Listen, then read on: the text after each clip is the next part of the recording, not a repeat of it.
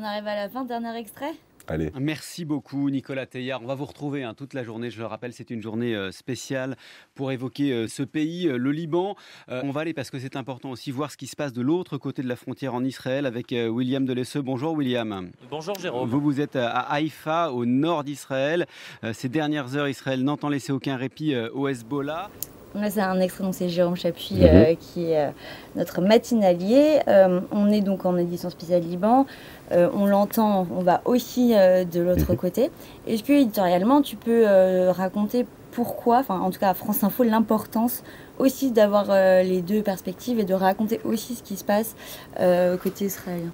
Parce que là, typiquement, on est sur une situation où on a deux pays qui sont côte à côte, qui entrent dans une logique de guerre depuis quelques jours, que nous, on a des envoyés spéciaux qui sont en Israël, qu'on en a qui sont allés au Liban. Il se trouve que nous, on a choisi d'aller au Liban parce que l'actualité immédiate nous emmenait là-bas, parce qu'on avait un envoyé spécial jusqu'ici, il y en avait un petit peu plus qui travaillait sur la situation en Israël, mais qu'évidemment on a besoin d'entendre les points de vue des deux côtés, parce que d'abord la logique ne va pas du tout être la même, parce qu'il faut comprendre et entendre ce qui se passe des deux côtés de la frontière, d'avoir cette réalité-là, et puis que c'est tout des reporters, et ça n'empêche pas nous, depuis qu'on est revenu après cette édition spéciale à Paris, de continuer à traiter aussi, vu d'ici, l'actualité du Liban, de continuer à voir ce qui s'y passe, à l'entendre. Donc voilà, c'est à prendre dans un ensemble. On a vu les responsables communication du Hezbollah qui faisaient des visites pour la presse sur les ruines à Beyrouth des quartiers qui ont été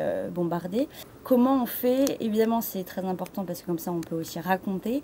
Et comment on fait aussi pour ne pas se faire instrumentaliser? Alors, on essaye évidemment de prendre un peu de la distance. Et puis l'important, je crois que c'est aussi d'expliquer aux auditeurs dans quel cadre se passe un reportage, une visite éventuellement, comme c'est le cas ici, et d'accepter aussi des fois de dire on ne diffuse pas le reportage, ou on ne peut pas faire un reportage parce que les conditions le rendaient impossible. À partir du moment où on a cette transparence-là, où on explique, ça permet aussi à l'auditeur de se faire son idée, et ça permet quand même de voir aller dans ces quartiers-là qui étaient... il faut l'imaginer à vif. On était 3 jours après les violents bombardements qui ont tué Hassan Nasrallah, qui avaient perdu leur chef, qui sont aussi dans un climat de paranoïa, parce que quelques jours avant, il y avait eu l'épisode des beepers.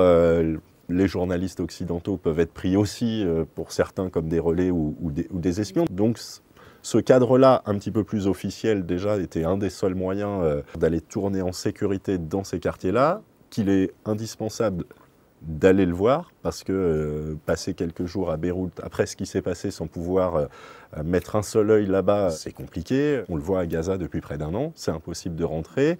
Et donc c'est extrêmement difficile de pouvoir informer quand ce ne sont pas nos yeux qui le voient, quand bien même ils sont accompagnés ou quand c'est encadré. On n'arrive pas comme ça sur une ligne de front ou sur un terrain de guerre, sans autorisation, sans avoir un petit peu verrouillé un certain nombre d'accès, par un certain nombre parfois d'autorisations, mais qui sont le cas pour la plupart des conflits armés et la plupart des armées du monde, alors qu'il y a des combats qui sont en cours, par exemple. Merci beaucoup, Nicolas.